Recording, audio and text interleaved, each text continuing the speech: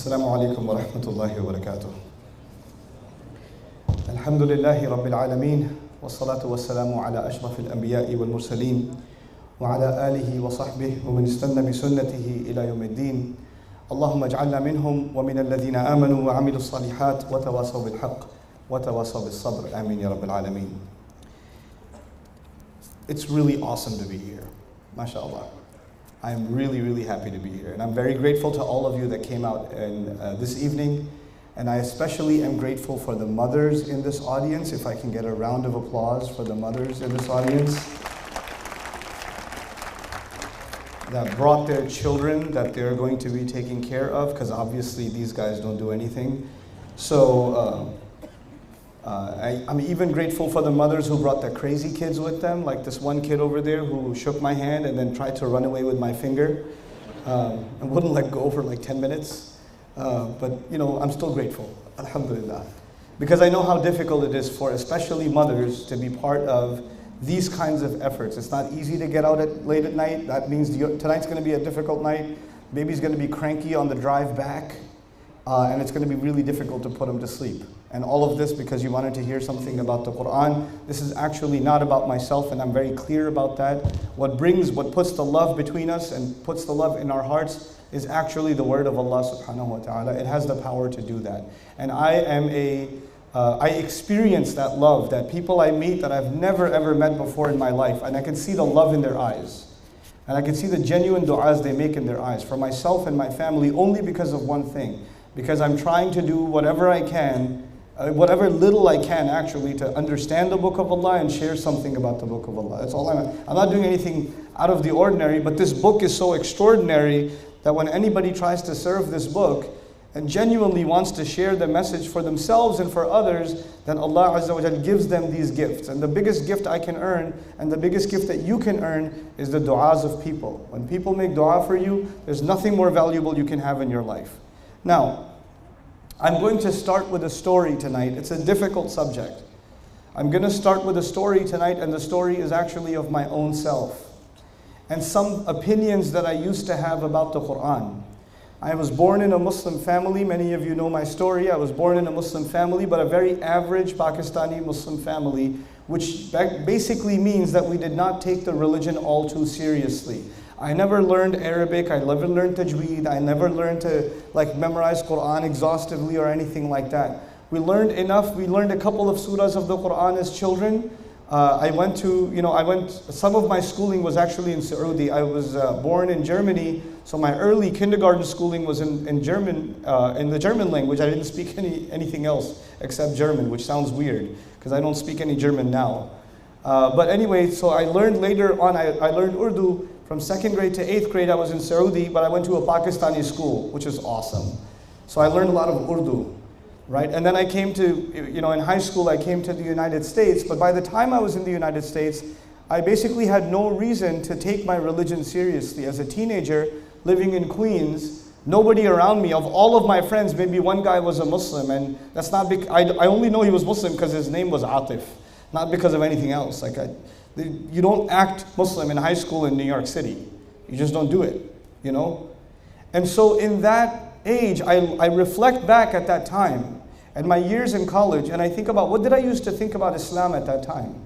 And the first answer I have in my head is I did not think about Islam at that time. I didn't think much about it. But if I did think about it, here are 3 things I used to think. I'm going to start with these 3 things, and I'd like you to remember these 3 things. The first thing I used to think was Islam is irrelevant. It does not have solutions for my problems right now. Every time I hear a khutbah, every time I hear a lecture, they talk about something amazing that happened a long time ago. And they never tell you anything good happening when? Right now. Only bad things are happening right now. And all the good things happened a long time ago.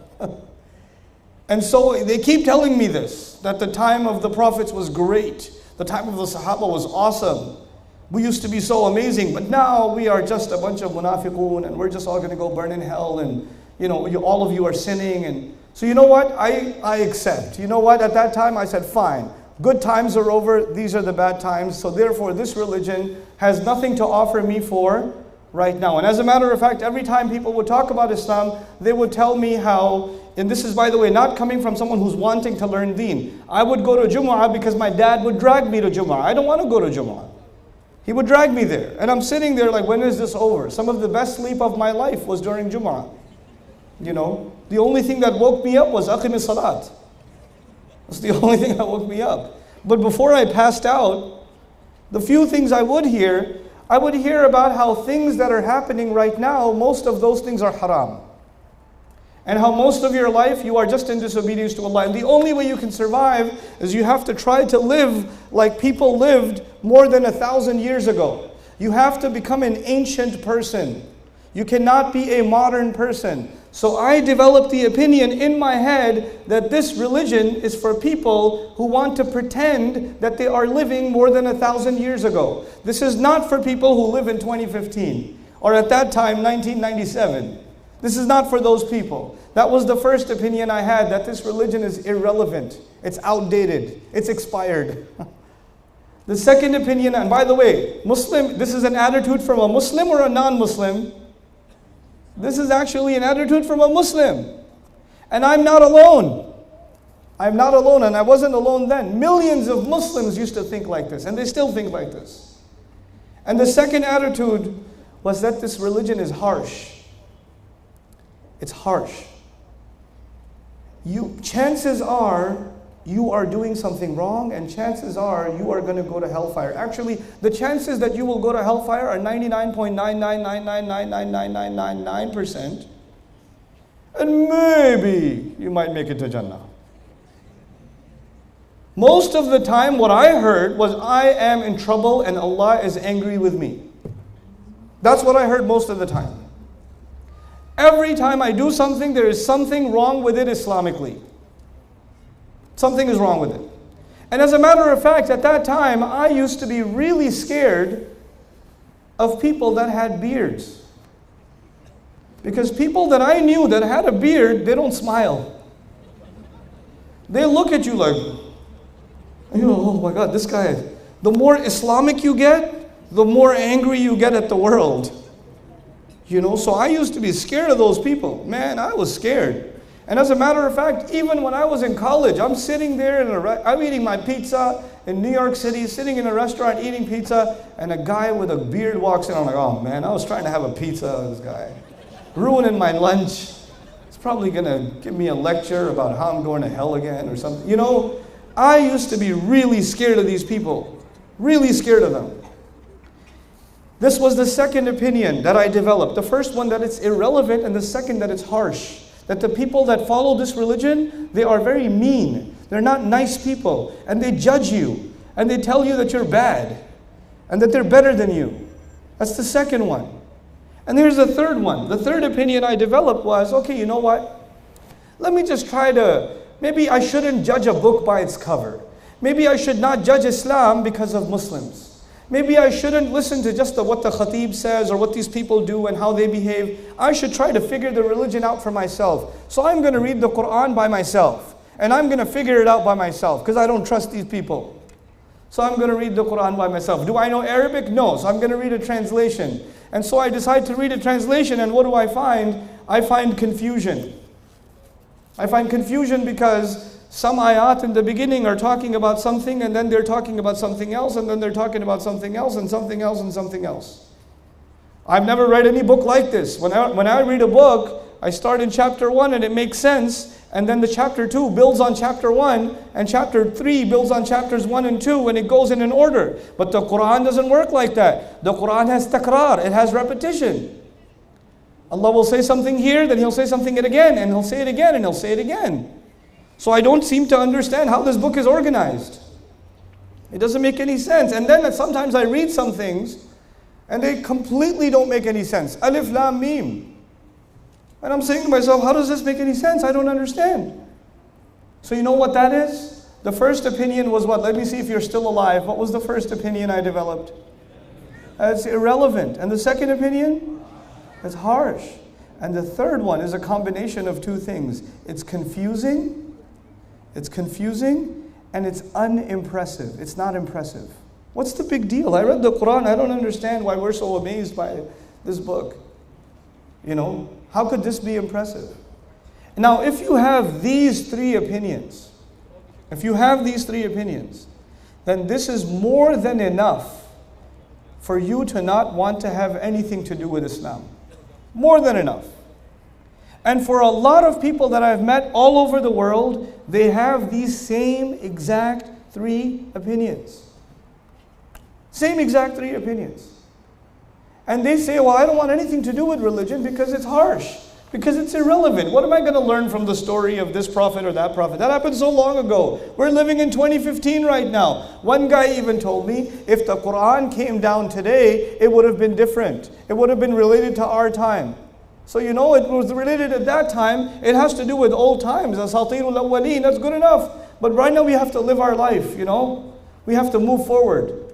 We can't think backwards. So they think thinking about Islam is like thinking backwards. Now before I go on, the first half of my talk is to explain the problem. I just want to explain the problem. And the first problem was in my head. And you know, I blame myself, but I also blame the ummah. You guys understand marketing, right? If you love Kit Kat, because I love Kit Kat, Kit Kat has done a really good job marketing itself. Right? So when you think, even if you haven't had a Kit Kat, when you think, give me a break with a Kit Kat bar. You go straight for it. They've done a good job marketing themselves. Islam, the Muslims, the Ummah, hasn't even done a good job marketing Islam to the Muslims themselves. If the Muslim themselves, if a Muslim himself, if a Muslimah herself has a negative opinion of Islam, that means we did not do a good job presenting Islam. That's what that means. Something is missing. Something is very wrong. Now let's take the problem a little further. Allah Azza wa Jalla, and all of this I want to share with you before I get to the next part. All of this is inspired by one ayah of Surah Al-Nahl. يقول سبحانه وتعالى ادع إلى سبيل ربك بالحكمة والموعظة الحسنة وجادلهم بالتي هي أحسن. Allah says, call people, invite to the way of your Rabb, the path of your master. I will be explaining this ayah today. It's going to take me a long time. I'm already letting you know. I'm not going to give you, I only have 5 minutes left. Forget it. It's going to be a long night. Okay, just letting you know. Okay? So that nobody's like mentally prepared. It's starting at 9. Maybe he'll make it short. I won't make it short. I'm not going to make it short. This is going to be long and boring. Yeah. Okay. So now, he says, call to the way of your Rabb with hikmah. Anyone know what hikmah means? Call it out. Here's a hint. Wisdom. Yeah, very good. Hikmah means what? Wisdom. My argument today is most of the time we talk about Islam without wisdom. And when we don't use wisdom, instead of bringing people closer to Islam, what do we end up doing? Pushing them further away from Islam.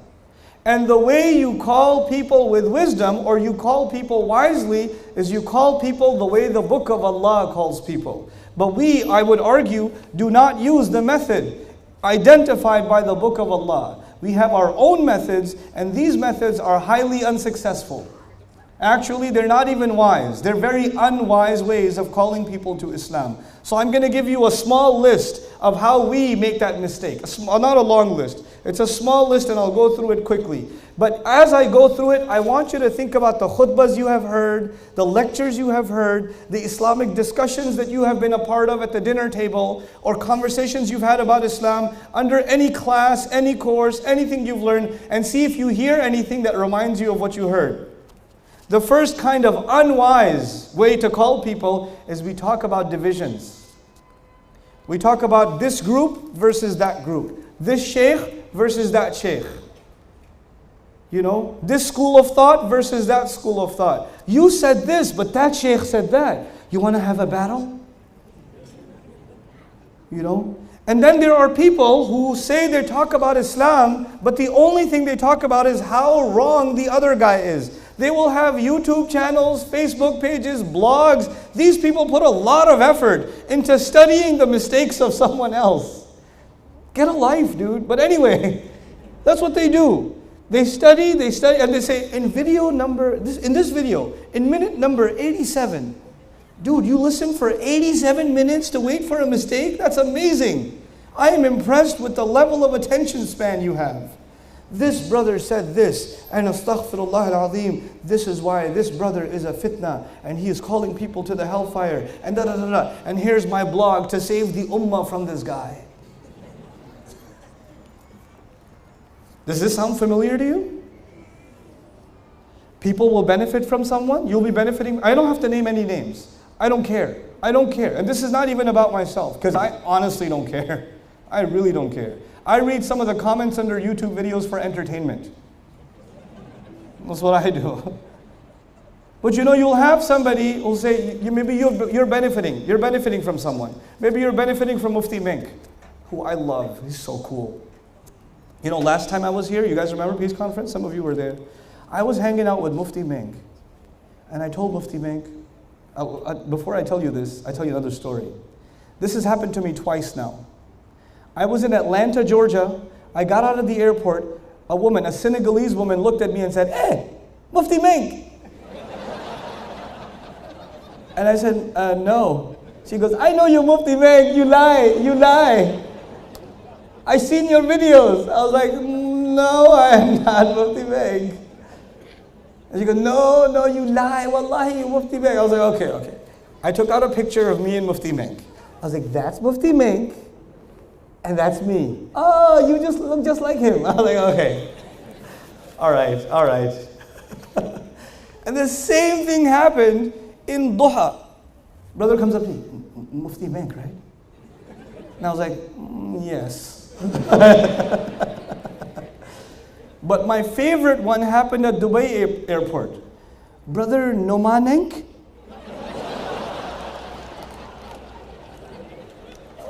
That's a good one. Yes. So I was hanging out with Mufti Menk, and I said, Mufti, you know what we should do? I should wear your thobe, and you should wear my suit. And then we should do the lectures. And we were gonna do it, but there was no time left. So next time, I'm gonna disguise myself as Mufti Menk, and he will disguise himself as me. Talk about lack of wisdom, but yeah, that's what we're gonna do. Anyhow, coming back to the subject. Some of you, raise your hand if you benefited from Mufti Menk. Raise your hand. Okay, awesome. See, this is why we love this man. May Allah protect this man and his family. Somebody comes to you, yeah, but he's got this mistake, or some people say that he's deviant, or some people say that he's not a good scholar, or some people... Have you heard these conversations? Where do you get this some people business from? As we have this not the sunnah of Rasulullah sallallahu alaihi wasallam, there's the sunnah of the Muslim community now. Anybody who will benefit people, you have to find something wrong with them. And let me guarantee you, I or anybody else who ever grabs a mic, there is something wrong with us because we're human beings. So if you're gonna look for a mistake, I will guarantee you will find it. Guaranteed, you will find mistakes because we're human beings. And if yours, he made a mistake. Well, yeah, he's a human being. You didn't accomplish anything. But you know what? We call this Amr bil Ma'ruf and Nahi anil Munkar. What is wrong with you? This is not Amr bil anything. This is you have too much free time on your hands and you don't know how to do something positive. Do something good. Instead of doing research on the mistakes of someone, why don't you go help your mother cook? Why don't you clean your house? Have you ever smelled your socks? Go wash those instead. Do something else with your life. Don't do this. You're not serving anything. That's the first kind of unwise conversation. And it takes so much energy away from the Muslims. So much of their energy is just spent on this rad of this one versus that one and that one versus this one. Come on, And then the second kind of poisonous, I don't even call it wise conversations about Islam. These are poisonous conversations about Islam. The second kind of poisonous conversation about Islam is when people are judgmental. They want to judge you more than Allah will judge you. They let people know they're going to go burn in hellfire, or this is haram, and you don't even know the discussion of the fuqaha. You know nothing. But you think it's haram, so you want to put your fatwa on the world. What qualifications do you have, homeboy? Where did you get this from? I want to tell you a fun conversation I had. One of my friends, Sheikh Abdul Nasir, some of you know him. Sheikh Abdul Nasir and I were at a dinner. And there were some people having dinner with us, and one brother had a very short beard. He had a very short beard. And the brother next to him had a long beard. And the brother with the short beard, at dinner, turned to the guy with the long beard and said, Akhi, your face, haram. You have to... And he's embarrassing this guy at a dinner table. And you know, when it comes to matters of fiqh, I don't open my mouth because I'm not a faqih. I'm not even a scholar. But Sheikh Abdul Nasir is actually a faqih. And he's sitting there listening to this guy. By the way, both of them are like 20 years old. Akhi, this is haram. In the hadith it says you have to grow your beard, etc., etc. And Sheikh Abdul Nasir, oh man, sometimes this guy, he's about to eat his barbecue, and he puts the thing down and he goes, brother, where's the hadith? And he goes, I think it's in Bukhari. I was like, yeah, which bab? Who's the rawi? Who narrated it? Who did he narrate it to? How was it understood by the Sahaba? How was it understood by the first generation? How was it understood by Imam Bukhari himself? What's the commentary on this hadith in Fathul Bari? What about the Maliki school? What did they comment about this hadith? What about the Shafi'i school? What did they comment about this? And the brother said, you're embarrassing me. Please don't embarrass me. And he said, yes, I'm embarrassing you because you're embarrassing him. You don't know, but you like to take things and just either make them halal or make them haram. You don't have the qualifications. There's a lot of conversation that goes into, before you say Allah forbade something, you have to be very careful. There's not a small thing. Tilka hududullah. This is the hudud of Allah. You don't just get to drop haram, haram. You don't get to do that. And you don't get to decide who's going to burn in hellfire and who's guided and who's misguided. The ayah that I'm reading to you today, towards the end, when we get to the end of the ayah, إِنَّ رَبَّكَ هُوَ أَعْلَمُ بِمَنْ ضَلَّ عَنْ سَبِيلِهِ. Your Rabb, He knows who's misguided, not you. You don't get to decide that. But we love to judge people very quickly. As a matter of fact, we are so good at judging people, we judge people as soon as they walk into the masjid. We look at them, oh, short beard. We look at it, check the pants. Oh, yeah. So quick. We send people to nar. Most people we send to, this is a horrible, horrible thing to do. Horrible thing to do. Judging people through Islam. The only one to judge is Allah subhanahu wa ta'ala. Our job is not to judge. Our position is not to judge. Then the third, and by the way, when somebody does something wrong, if you know it's absolutely wrong, you've done your research, you've done your homework, you know for sure that it's wrong, then you have to figure out a polite way of correcting it. And maybe you shouldn't be the one correcting it. Maybe somebody else should be the one correcting it. You have to use what? Wisdom. Wisdom. Sometimes you correcting someone will do more damage than good. If I try to correct my father, it's not going to go well. It's not a good idea. I should talk to my mom, and my mom will talk to my dad, and that way I won't get in trouble. You see what I'm saying? Sometimes you have to use wisdom, and you don't take the direct approach every time. It'll do more damage than good. So the first kind of poisonous conversation is divisive. It creates divisions and talks about groups and people. The second kind of poisonous conversation is obsessed with judging people. The third kind of conversation, I kind of already alluded to it, is conversations about the Book of Allah and the Sunnah of His Prophet sallallahu alaihi wasallam that are shallow, that are absolutely shallow. What do I mean? You know, if you hear a khutbah in which there are 30 ayat are quoted, 20 ahadith are quoted, ayah after ayah after ayah, hadith after hadith after hadith. How much time did you spend on each ayah? A few seconds, yes? And then you went straight to the next ayah. Then you went to the next ayah. Then you went to the next hadith. Then you went to the next ayah. How much time did you actually think about any one of those ayat? Very little. Very little. And you know what that is? That is not healthy. Every ayah of the Quran, every hadith of the Prophet ﷺ deserves attention. When you give me too much of that at the same time, I actually end up paying attention to none of it. To none of it. Allah complains in the Quran, أَفَلَا يَتَدَبَّرُونَ الْقُرْآنَ أَمْ عَلَى قُلُوبٍ أَقْفَالُهَا لِيَدَّبَّرُوا آيَاتِهِ not لِيَسْتَدِلُّوا بِآيَاتِهِ. He says لِيَدَّبَّرُوا آيَاتِهِ, so they can think deeply about His ayat.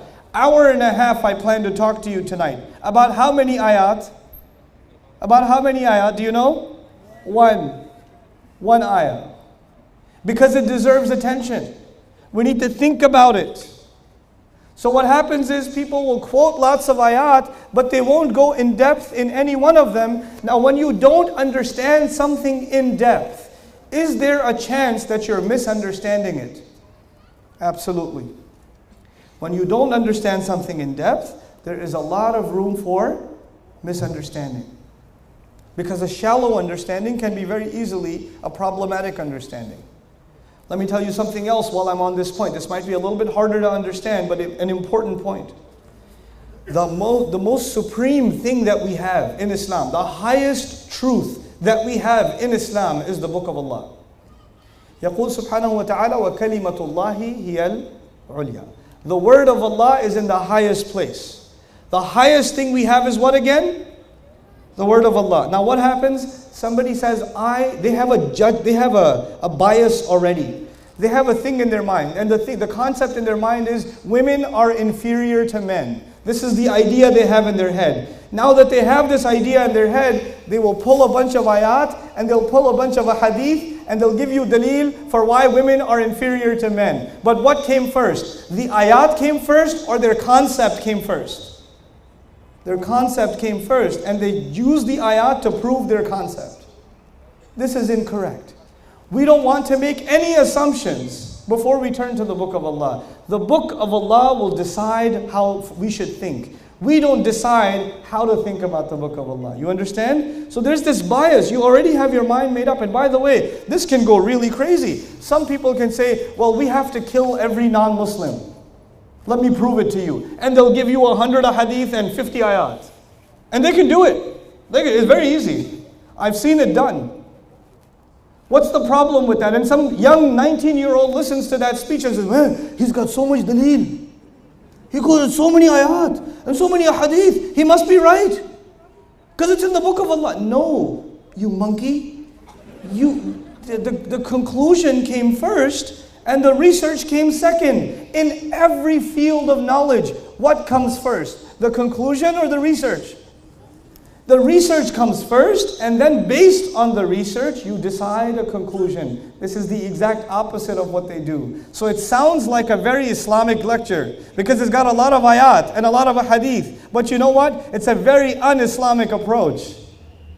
Because their bias, their opinion has already taken a supreme position and everything else is being inserted inside it. Subhanallah. And we Muslims get taken advantage of. They think that's from Islam too. So many of the things we hear today, unfortunately, so many of the things we hear in the name of the Book of Allah are an insult to the Book of Allah. They're an insult. The exact opposite of the meaning is being taught. So many times. And it's a painful thing to listen to. Wallahi, it's painful. Now the next, just a couple more that I want to share with you. There's this isolationist. I know it's a big word. I'll make it easy to understand. There's this isolationist conversation about Islam. By the way, these kinds of conversations about Islam, have you heard them before? Conversations that make divisions between people. Have you heard that before?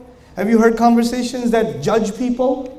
Have you heard conversations where people already have their mind made up and then they use the ayat and a hadith? Have you heard these kinds of conversations? We are being taken advantage of as a population.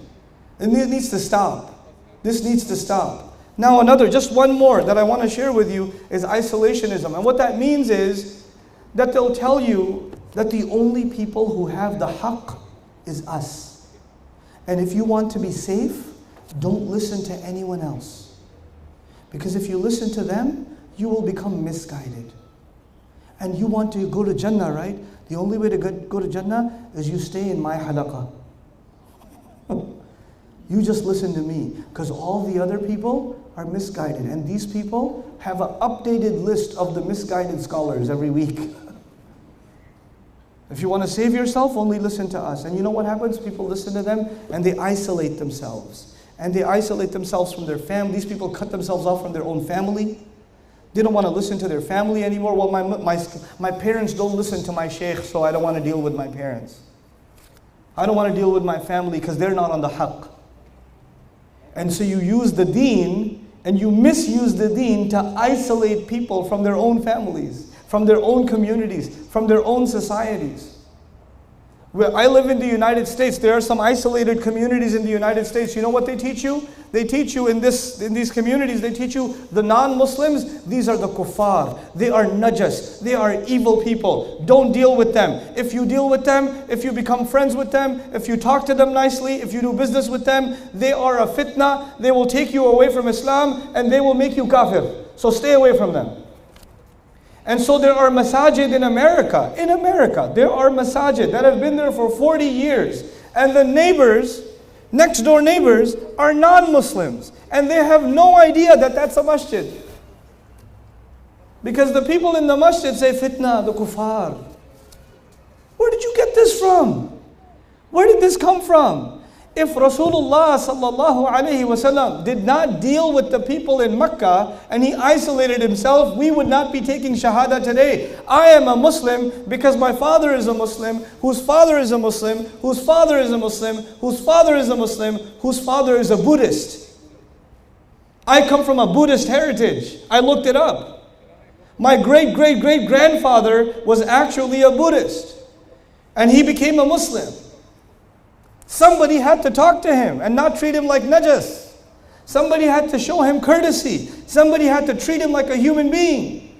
Somebody had to show him love and respect. You know?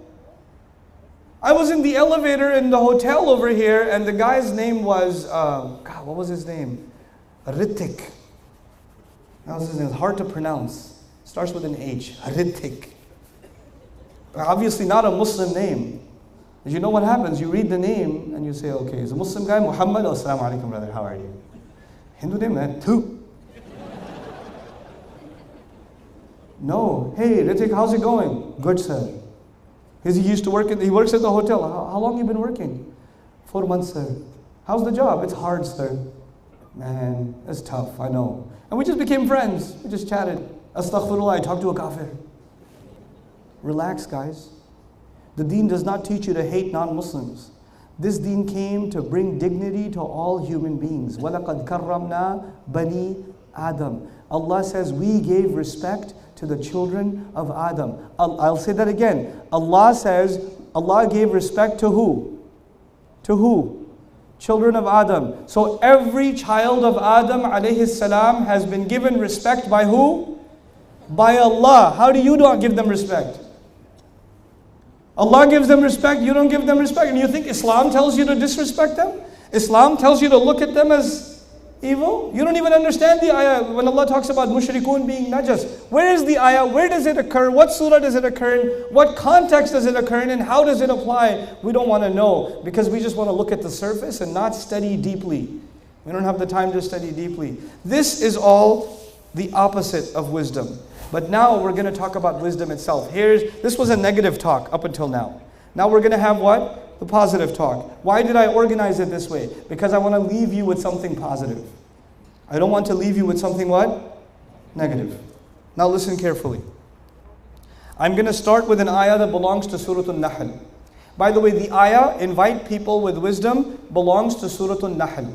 So all the ayat that I will use to explain this ayah also belong to Surah An-Nahl. They come from the same surah. And this surah at the end says, call people with wisdom. And the entire surah is full of examples of how do you call people with wisdom. The surah itself teaches you. It itself teaches you how to call people with wisdom. So I'm going to give you one example. Pay attention to this example. I will test you. Yes. Now listen. And you have to answer me out loud. Allah says, listen. وَمَا أَنزَلْنَا. Actually, no. Before that. He says, He sends water from the sky. أَنزَلَ مِنَ السَّمَاءِ مَاءً. He sends water from the sky. ينبت لكم به الزرع والزيتون والنخيل والأعناب ومن كل الثمرات. Now listen, let's see if you have good vocabulary. What does zaytun mean? Brothers won that one. والنخيل. Brothers 2, sisters 0. Al-a'nab. Sisters got that one. 2-1. وَمِن كُلِّ الثَّمَرَاتِ. Brothers got that one. Even though you're on the girl side, I'll give you the 3-1. Okay, listen. Allah says He sends water from the sky, and then olive comes out, palm trees come out, date palms come out. He says grapes come out, farm comes out, farmland, harvest comes out, zara, all kinds of crop. And then He says all kinds of fruit. Now listen. If water didn't come from the sky, there would be no life on the earth. Yes or no? There would be no life on the earth if Allah did not send water from the sky. Now, if you want to look at what grows on the earth, does the same thing grow on the earth or different things grow on the earth? Different. Same water, but different plants, right? Same water, but different plants. Now, I'll break them into 2 categories. Farmland. Does the farm grow on its own, or does the farmer have to do work also? You can't just have the rain. The rain is not enough. The rain is necessary, but it's not enough. The farmer has to do work also. Grapes are delicate plants. You can't just grow them on their own. The farmer has to do, the gardener has to do work. Palm trees are sensitive. You have to take care of them. The gardener has to take care of these plants. Rain alone is not enough. You understand? So in other words, for farming and and olives and these sensitive fruits and these sensitive trees, they have to be taken care of, and a farmer or a gardener has to do work also. But when Allah says He grows all kinds of fruits, if you go in the Amazon jungle in South America, and there are hundreds and thousands and thousands and thousands of acres of jungle and trees, do those trees have fruits? Yes. But is there any gardener? Is there any farmer? No, it grows on its own, yeah? So what I'm trying to say is, when Allah sends water from the sky, things grow from the earth. But some things grow because of our effort also. It's a partnership. And some things grow only by the gift of Allah. You with me so far? Now let's take this further. Let me tell you why I gave you this example. Remember, we're trying to learn what from the Quran? Wisdom. All of this I'm explaining to you because we're going to try to learn some wisdom from the Quran tonight.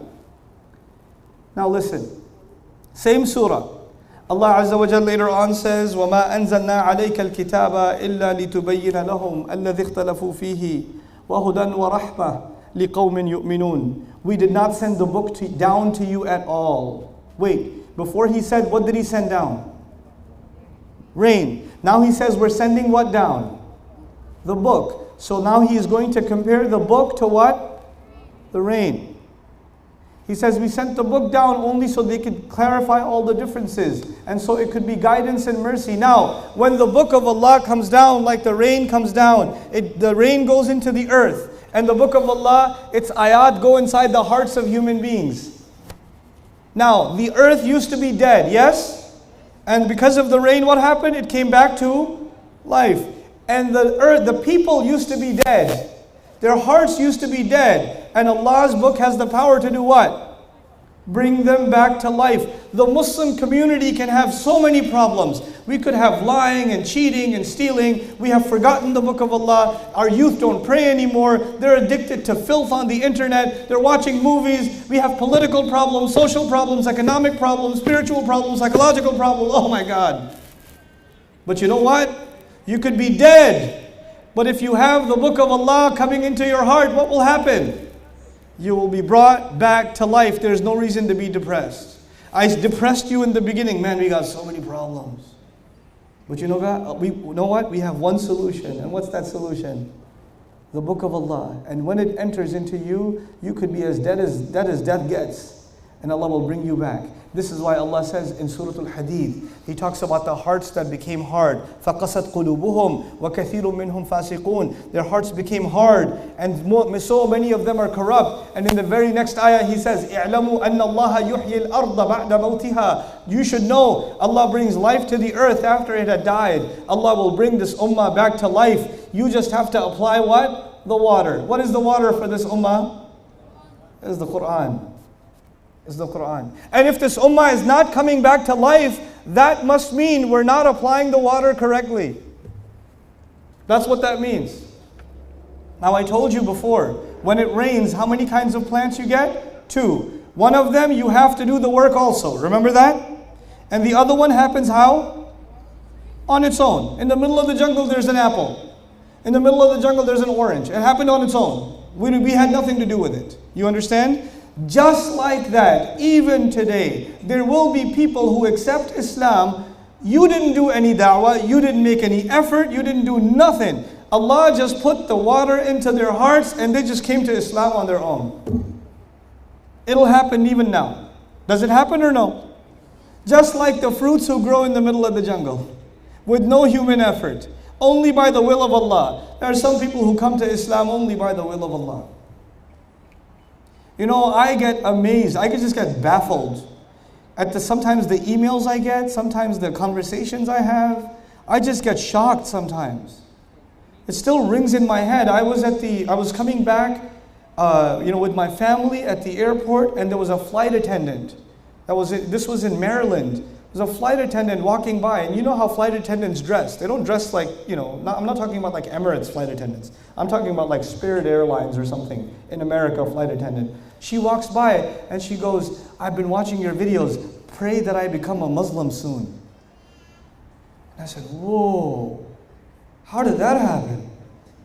I did not give her da'wah. I don't even know her.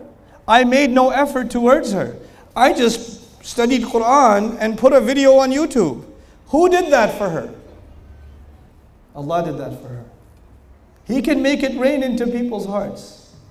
That's not my effort. That's the gift from Allah to this woman. And may Allah give me a reward even though I didn't make any effort.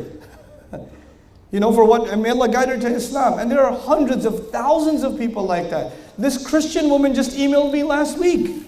She said, because the Charlie Hebdo incident, you know about that? When the Charlie Hebdo thing happened, this woman, she's a woman from Texas, and she lives in Japan. She lives in Tokyo.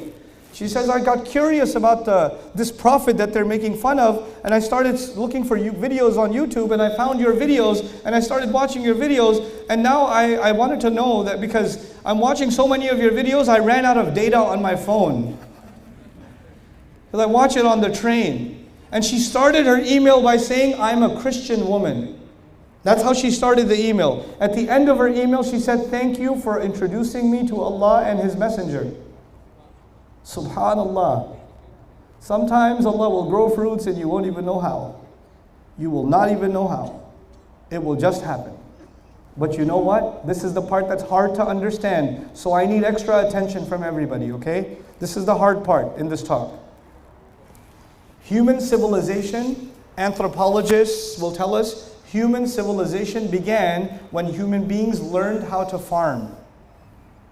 You could not survive. Humanity could not survive eating fruits in the jungle. We had to figure out a way to mass produce food. And the best way to mass produce food is to develop agriculture. You understand? So humanity became civilized. And once agriculture came, cities came. And when cities came, nations came. Civilization came. But the first step of civilization was what? Agriculture. You with me so far?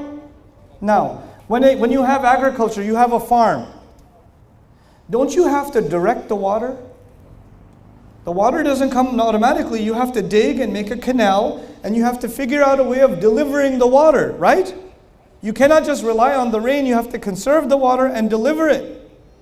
If we as an ummah, by the way, we as an ummah, we are a civilization or no? We are. If we are going to survive, then the rain is not enough. The rain is from Allah, but you have to conserve that water and you have to make the effort of delivering it. And before we deliver it to humanity, I'm arguing today we have to deliver it to ourselves. At the age of 19, when I started studying the Quran, seriously when I started studying the Quran, I felt that I was cheated for 19 years. I've been Muslim my whole life. How come I don't know anything about the Quran? How come my school didn't teach me? How come my parents didn't know anything themselves? Why didn't they get that education? Why didn't my neighbors ever know? We are 1/5 of the world's population. These people, so many non-Muslims, know more about the Quran than we do. How is that possible? How is that possible? How did I as a Muslim have the same opinion about the Quran as non-Muslims have? The non-Muslims say that it's harsh. The non-Muslims say that it's irrelevant. Why did I have those same opinions? The non-Muslims are not impressed.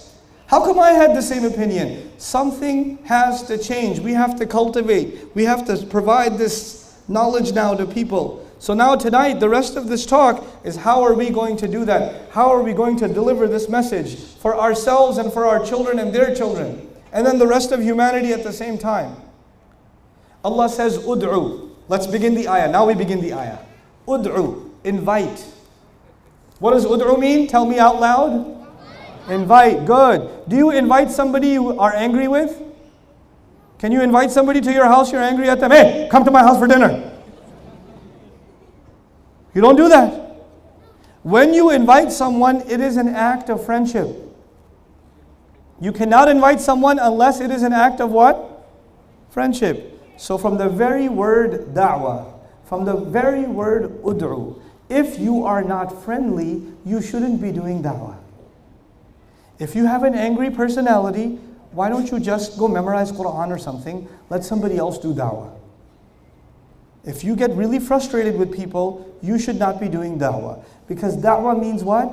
Invitation. And to do invitation, you have to be what? Friendly.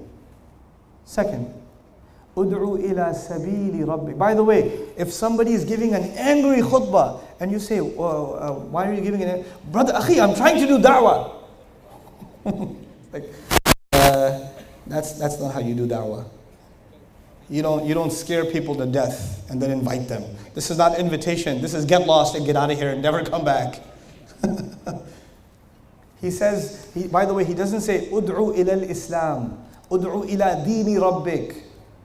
He doesn't say that. He says, Ud'u ila sabili rabbik. What does sabil mean? Let's see who wins this one. Oh, brothers, one again. Ud'u ila sabili rabbik means invite to the path of your Rabb. Everybody knows what a path is, yes? Now, have you ever invited anybody to a path? That doesn't make sense. You don't invite someone to a road, you invite someone to a destination, right? You don't invite to a road, you invite to a destination. But Allah is telling us that you have to invite people to a what? A road. A sabil, a path is a road. A path is a road. Why did he? There's so much wisdom in this kalam. I hope I can explain this to you in ways you will remember, because this is one of the most powerful truths of Islam that is hidden. People don't know. People don't know. You know, people study Islam and they say, man, sisters are learning Quran. I don't know so much vocabulary. I haven't memorized so many surahs. I don't know tajweed yet. I don't know this yet. I don't know that yet. When I learn this much, inshallah, then it will be good. But right now, I don't know anything. People are always worried about more quantity. And they want to accomplish. And they keep thinking they haven't done anything yet.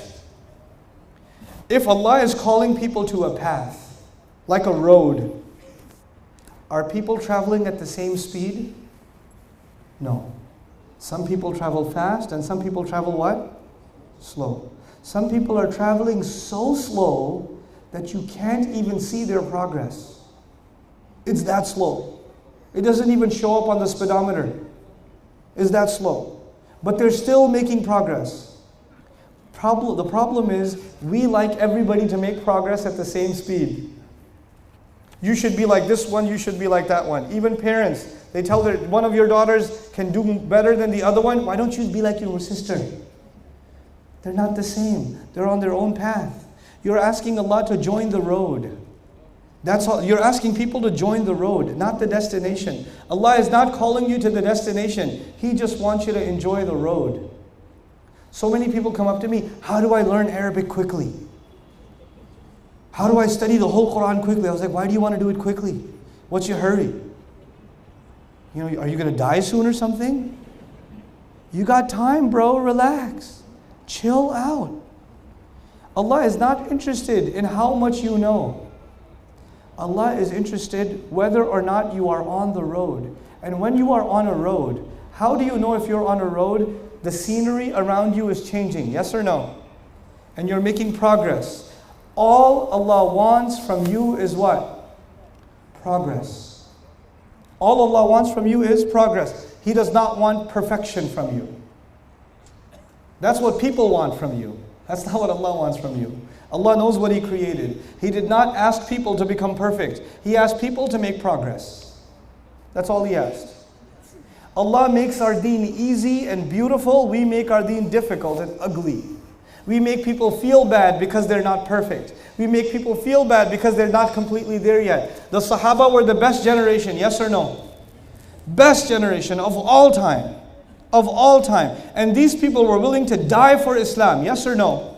Okay, Allah gave them ayat about alcohol in 3 stages. These are people that are willing to die for Islam.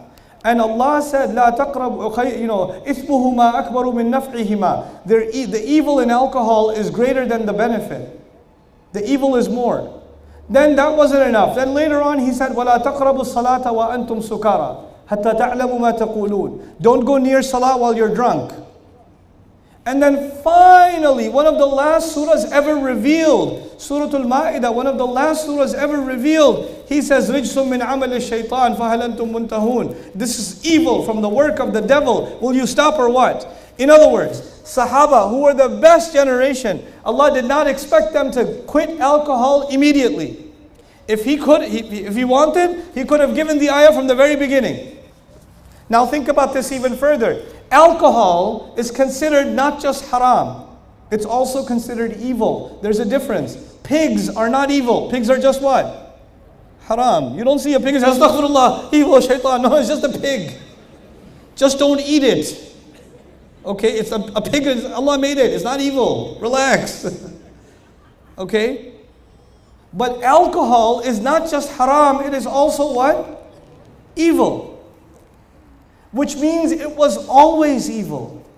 Which means it was always from the work of the shaitan. In the first year of revelation, it was from the work of shaitan. And in the 23rd year of revelation, it was also the work of shaitan. And even though it was always evil, Allah decided that people haven't made enough progress on the road yet. So they're not ready yet. So I'll give them the ayah when they're a little more ready. So I'll give them a little bit. And I'll tell them, look, the harm is more than the benefit. Then a little bit later, I'll say, at least don't be drunk when you're making salah. And a little bit later, I'll tell them, okay, leave it now. You're mature enough. Now stop. The best generation, Allah allowed them time to make progress on the road. And what do? If a drunk guy walked into the masjid today, he's had 2-3 beers, you can smell it from 10 feet away, and I want to pray. What are we going to do with him? We're going to beat him up and kick him out. And once you kick him out, where's he going to go? Back to the bar. He's going to go back to drinking. He came to the house of Allah. He took a step. He took such a big step. And you said, go back. This step is not good enough for us. You're not good enough for us. Allah wants you to make progress on the road. And you have to let other people make progress on the road. And maybe some of them will take their time, and some of them will move quickly. You know, Allah gave the example of growing things on the ground, right? There's a farmer. And by the way, some of you have these, so many. I think maybe in the last year, this question was repeated at least 1,000 times in my lectures. People came to me at least 1,000 times and asked this one question. Let me tell you what the question is. Brother, my husband doesn't pray. My son doesn't pray. My wife doesn't pray. My sister doesn't pray. My uncle doesn't pray. My father doesn't pray. How do I get them to pray? How do I change them? Tell me one thing I can say to them and they'll change. And I say, okay, hold on. I got nothing.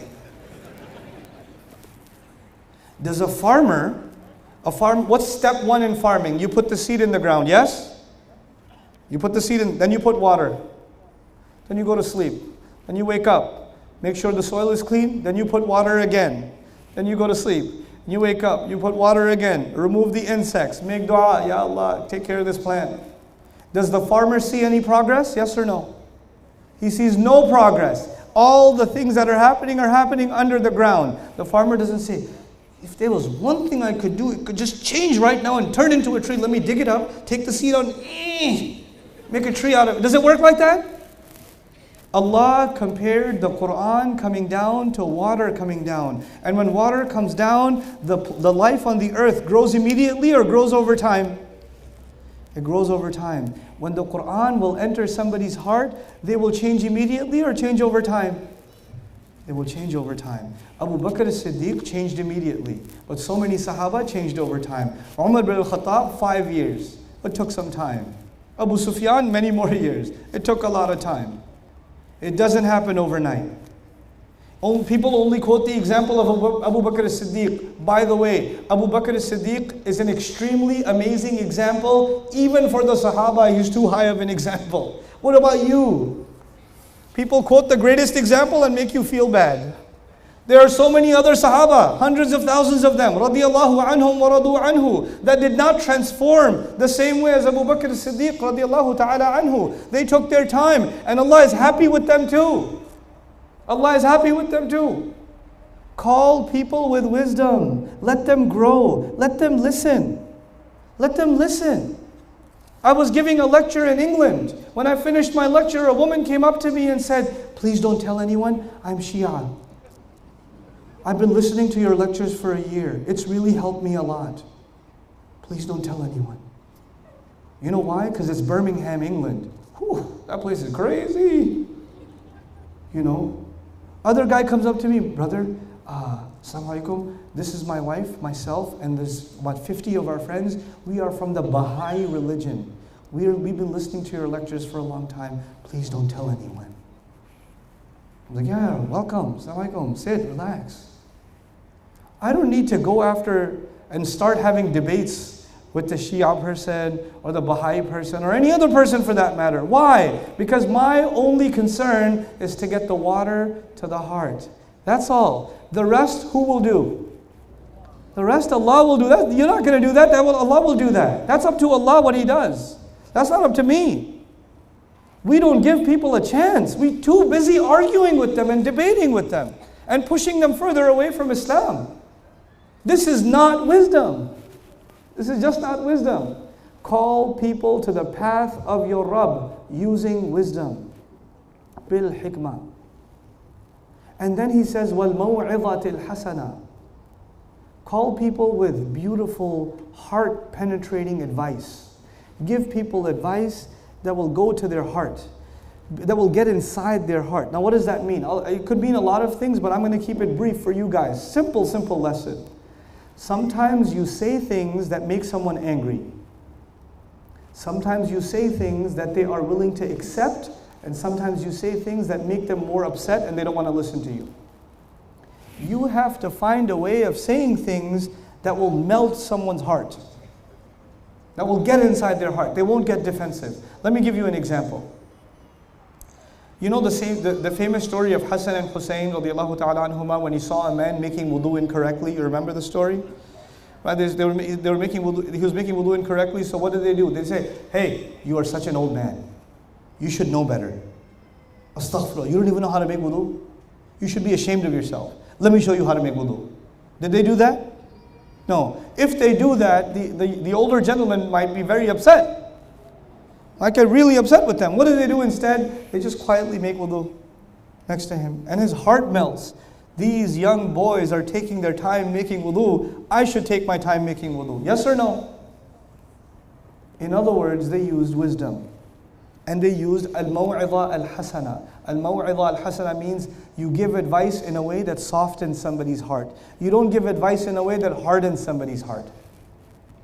If they are in a mood to argue with you and fight with you, leave them alone. إِذَا خَاطَبَهُمُ الْجَاهِلُونَ قَالُوا سَلَامًا. When people get emotional, leave them alone. Don't need to argue. No need to debate. Da'wah is not the same as debates, people. I was giving da'wah to my cousin. We were arguing for 3 hours. You're not giving da'wah. I don't know what you're doing, but it's not da'wah. That's not da'wah. When people are getting silly, people are getting emotional, people are getting obnoxious, you just back off. Maybe another time. We'll talk again. It's okay. You don't have to convince people right away. And then there's those of you that say, man, I did my part. Now the matter is in the hands of Allah. Like this brother came to me, my brother, he doesn't pray, so I told him, if he doesn't pray, that he will burn in Jahannam. And I quoted the ayah to him, فَلَا صَدَّقَ وَلَا صَلَّى وَلَكِنْ كَذَّبَ وَتَوَلَّى. I quoted the ayat to him and he still didn't listen. Now I can tell Allah that I did my part. I said, if I wouldn't go to jail, I would have slapped you right now.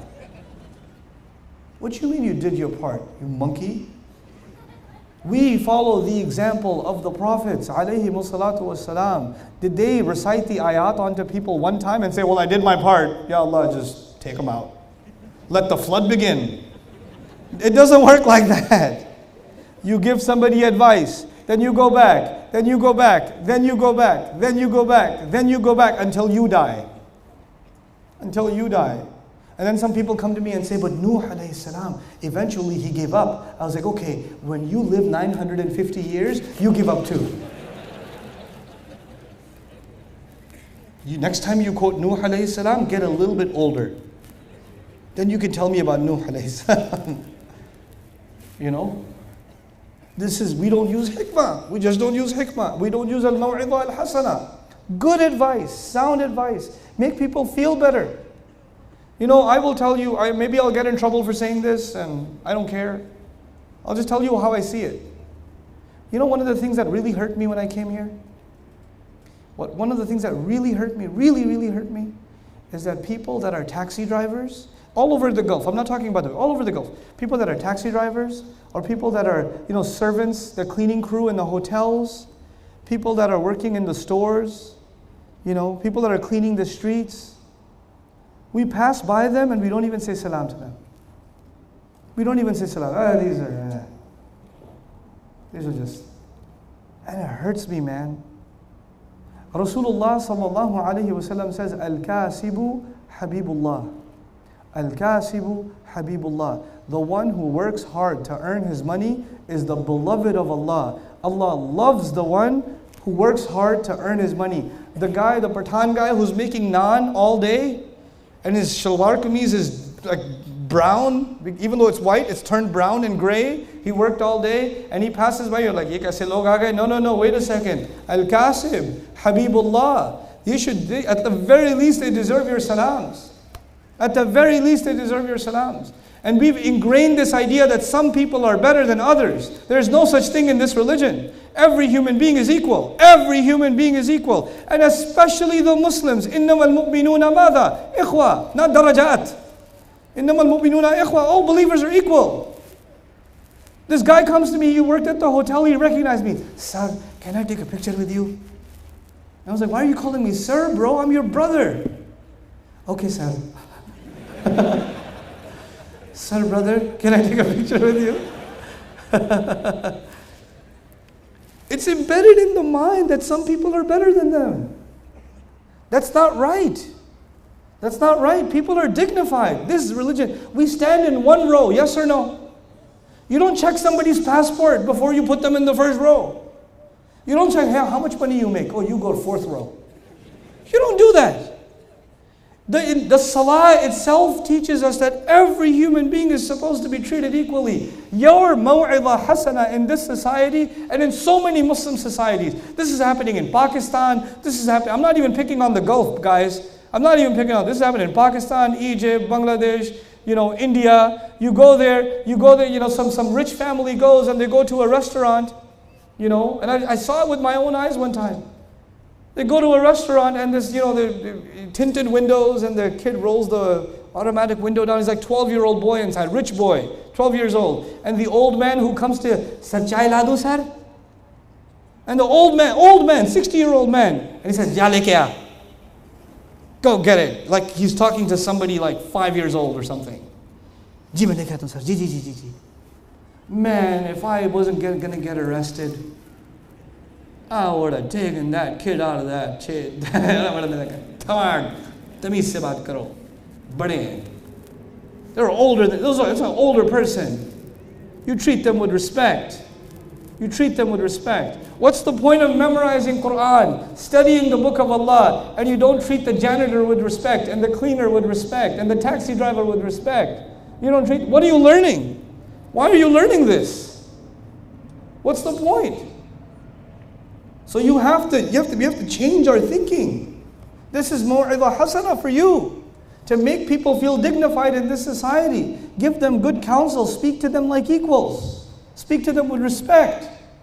You know, every human being deserves respect. Every human being. And I told you today, it's not just the Muslims.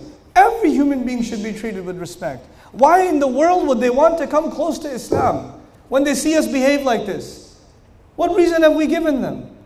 People keep saying the problem of the ummah is the political problem. It's the economic problem. It's the social problem. It's the education. I say no. The problem of the ummah is the hikmah problem.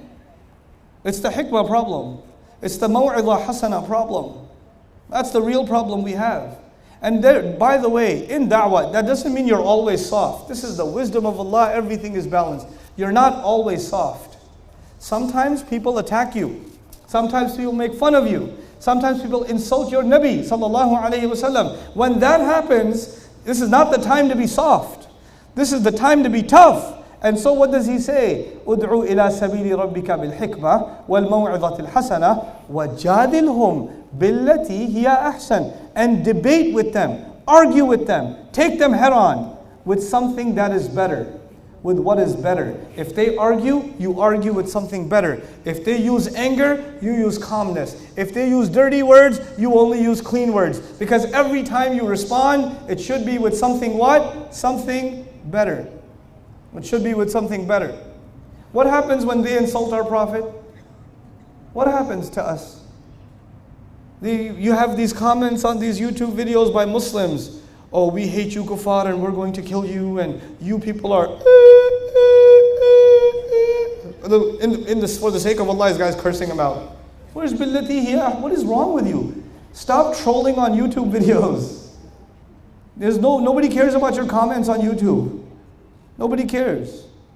We have to become people that speak maturely. The thing about the Muslims is we are an intellectual people. We are an intelligent people. We are a smart people. We are not emotional people. Right now the world thinks of us as emotional people. And that's our fault because we haven't learned from the book of Allah how to respond intellectually. We only learn how to respond emotionally. We have to raise our status. وَجَادِلْهُمْ بِالَّتِي هِيَ أَحْسَنُ. Now at the end of all of this, all of the calling people with wisdom, helping somebody, giving somebody advice, you know what happens? There's a really big problem. When I give somebody advice, sometimes there's a problem. I think I'm better than them. I think I'm better than them. They need my advice. And this is a problem, especially if you get used to giving advice. Then you start thinking you're way better than everybody else. Listen, I have this mic over here and these like 18 camera guys over here putting the camera on my direction. But you know what? None of this means anything. I am not better than you. And you're not better than me. And who is better than who? Only Allah knows. Only Allah knows. This is not a superiority thing. It's not. It can't be. And so what does Allah say? إِنَّ رَبَّكَ هُوَ أَعْلَمُ بِمَنْ ضَلَّ عَنْ سَبِيلِهِ وَهُوَ أَعْلَمُ بِالْمُهْتَدِينَ. Your Rabb, He is the only one who knows who is misguided, misled from the path. Allah knows better if I am misguided or you're misguided. I don't even know if I'm truly guided. I don't even know that. Before I think about guiding you, I need to know Allah is the only one who knows where I stand, what my real position is. So I have to be humble to Allah. Before I even give somebody else advice, I don't say, subhanallah, these people are so misguided, I have to help them. Wait, hold on a second. I don't even know where I stand. And second of all, when you're giving someone advice and they're not listening to you, they're not changing the way you like them to change, they're not transforming, this does not mean that they are misguided. Maybe some seed is growing and you don't know. Allah knows what's happening inside. We only know what is happening where? Outside. And we get frustrated by the outside. And we pay no attention to what's happening on the inside. This is my last comment to all of you. This is what I want to conclude with, because this is one of the most important problems we're going through in the ummah today. This ummah today, one of its biggest problems is a lack of wisdom, and the lack of wisdom shows when we are only concerned with the outside and not concerned with the inside, even within Islam. Even within Islam. A good boy is a boy who memorized the entire Quran. That's on the outside. A good person is someone who has a lot of ilm. That's on the outside. That's not on the inside. You could have a lot of ilm and still be a terrible human being. Is it possible?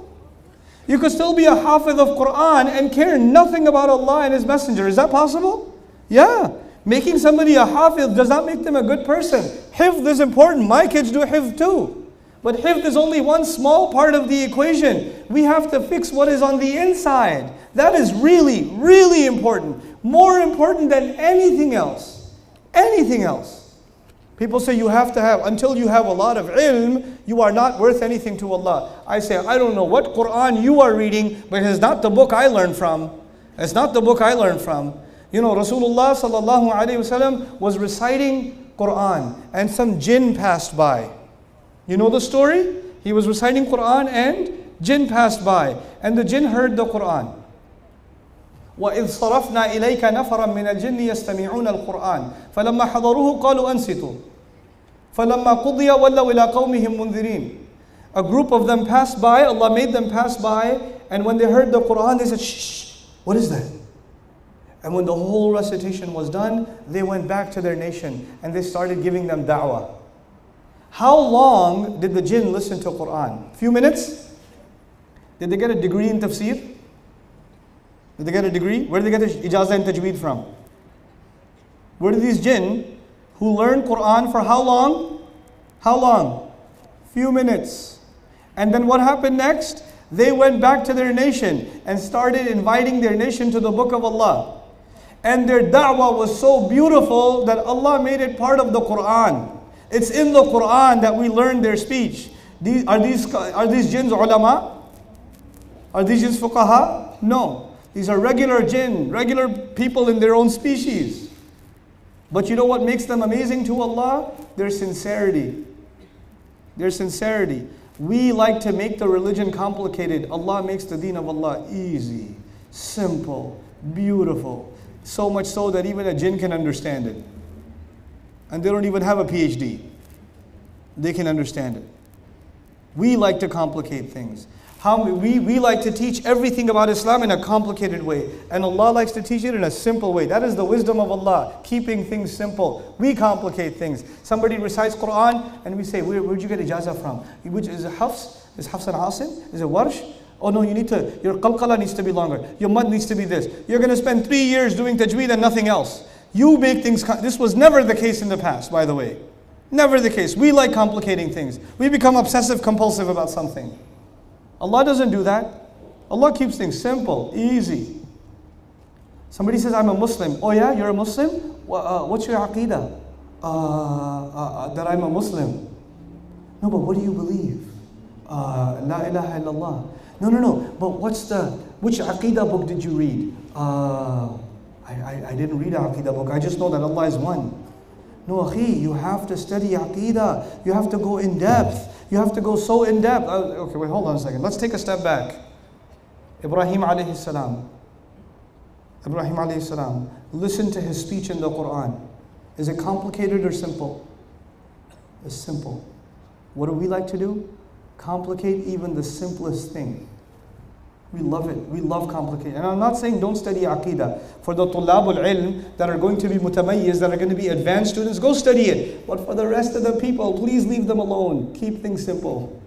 Because Ibrahim alayhi salam kept things simple. Salih alayhi salam kept things simple. Isa alayhi salam kept things simple. They were the best teachers Allah could ever choose. They were the best of all teachers, these prophets alayhi salatu wasalam. And the best of their speeches made it into the Quran. You're not going to come up with a better way of teaching people iman than the book of Allah. It's not going to happen. And Allah makes things easy. We make things difficult.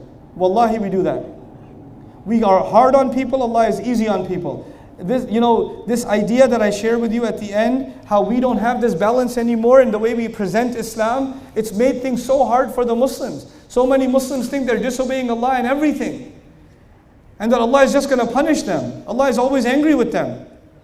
And Allah Himself says, مَا يَفْعَلُ اللَّهُ بِعَذَابِكُمْ. What is Allah going to get out of punishing you? Allah doesn't want to punish you.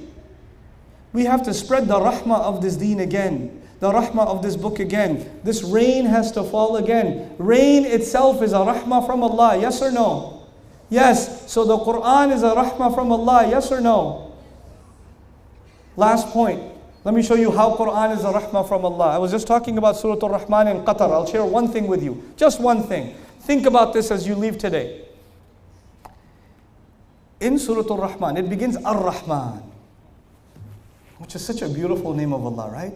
The name of Allah that has love, the name of Allah that has care, the name of Allah that is tied to the word Rahim. What a beautiful name of Allah. This girl came to me in Boston. She said, I left Islam.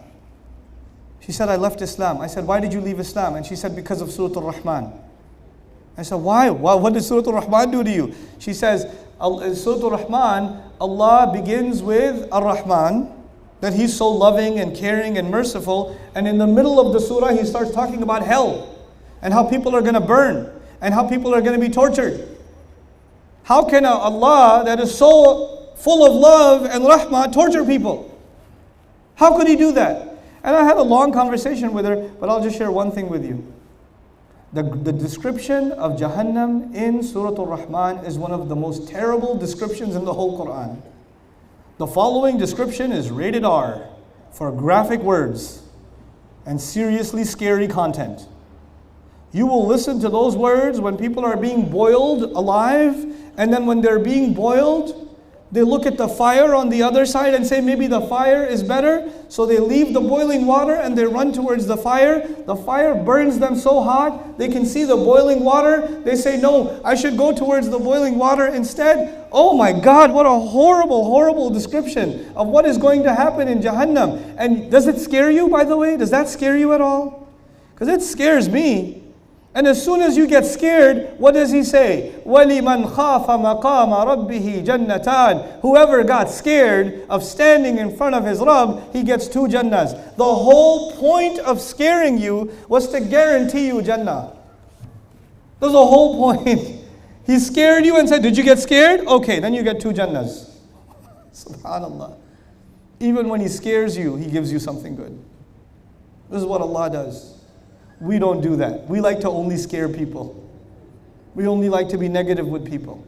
This is a depressing time for the ummah. It is in need of a positive message. And there is no more a positive message than the book of Allah that begins with Alhamdulillah. The words Alhamdulillah, when that means that we are grateful to Allah and we are appreciative of Allah for everything. No matter how bad things are, we will stay positive, because every single salah, we begin with what? Alhamdulillah. That means we have to be positive people. We cannot be depressed people and negative people and angry people and judgmental people. We have to be grateful and positive people. This is the message of Allah's book. This is the wisdom that we have to internalize. I pray that Allah Azza wa Jalla gives you the strength to benefit and be of benefit to others through the wisdom of Allah subhanahu wa ta'ala's book. And I pray that Allah Azza wa Jalla gives all of us the ability to become examples for what this book is supposed to represent, for the beautiful legacy of the Messenger sallallahu alaihi wasallam. Lastly, I want to just give you an announcement, and I'm done for the evening, inshallah ta'ala.